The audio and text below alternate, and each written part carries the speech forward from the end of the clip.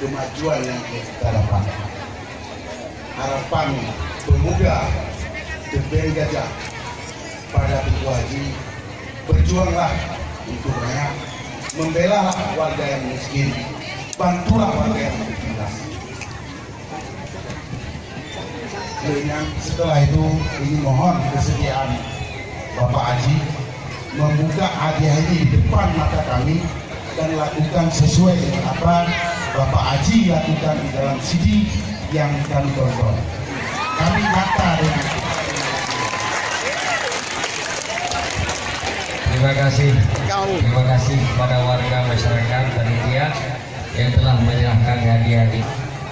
Tidak tahu saya apa sayur apa ikan. Sekarang kita lihat apa yang ada di dalamnya ya. Penasaran ya?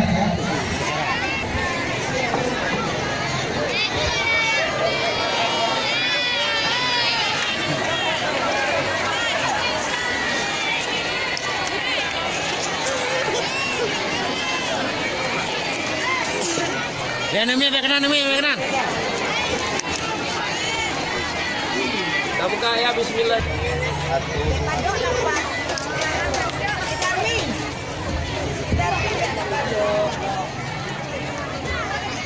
Parang. Pasti bukan cedok.